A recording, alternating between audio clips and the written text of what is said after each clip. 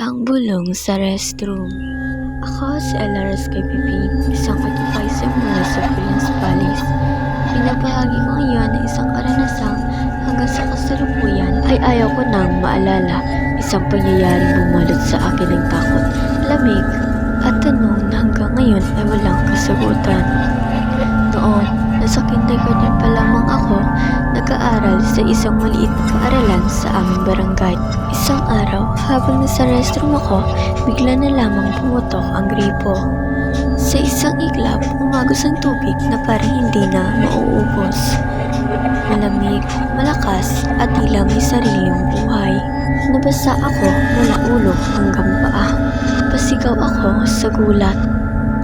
Ngunit ang mas nakakatakot, habang patuloy ang pag-agos ng tubig, tila may aninong dumaan sa salamin sa harapan ko.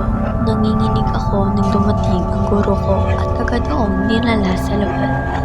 Tinawag ang mga magulang ko at kahit naroon na sila, hindi ko maipaliwanag kung bakit ramdam ko pa rin ang presensya ng kung sino mang naroon sa loob ng restroom. Para bang may mga matang nakatingin, malamig at walang buhay.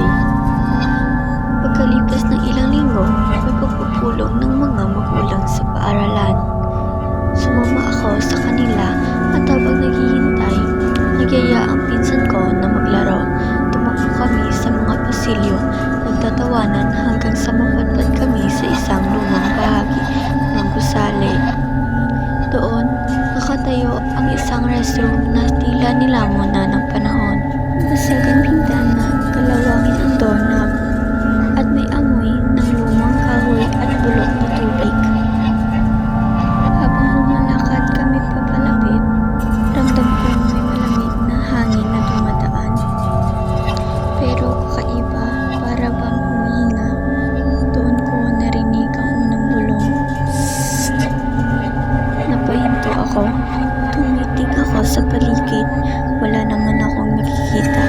Tinawag ko ang pinsan ko pero bago kami makatakbo, muling umalingaw ang bulong. Ngayon ay mas malapit. Mas malinaw, mas malamig sa pandinig. Huwag kang tatakbo. Biglang may malakas na sigaw mula sa loob ng saradong pinto. Isang sigaw na matinis, mahaba at puno ng sakit. Tumigil ang oras. Namutla ako. Hindi ako makasigaw, hindi ako makagalaw. Ngunit bago ko tuluyang napatakbo ang sarili ko, may nasilayan ako. Sa siwang ng pinto, isang babae maputla. Nakalugay ang basang buhok at ang mga mata niya itim na itim. Walang puti, diretso sa akin nakatingin. Nakangiti siya, pero hindi iyon ngiti ng tao. Iyon ay ngiti ng isang nilalang na matagal nang naghihintay ng kapalit.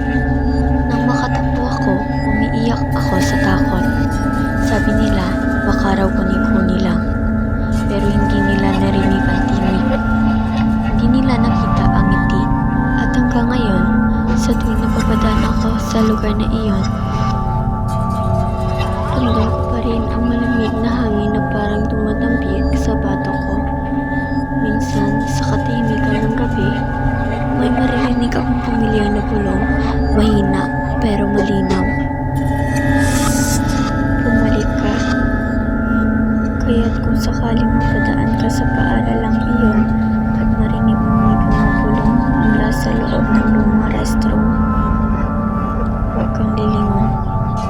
Dahil minsan ang bumubulong ay hindi tao. Dahil kapag nagkamali kang tumugon o lumingon, mararamdaman mo ang malamig na hangin na parang hininga sa iyong bato. Susundan iyon ng marahang yakap.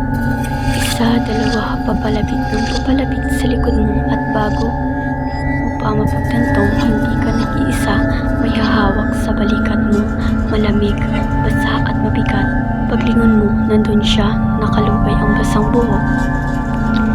Nakangisi at tumataloy pa rin ang tubig mula sa kanya. Mga mata na parang umiiyak ng takot at galit.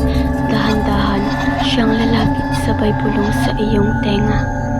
Matagal kitang hinihintay.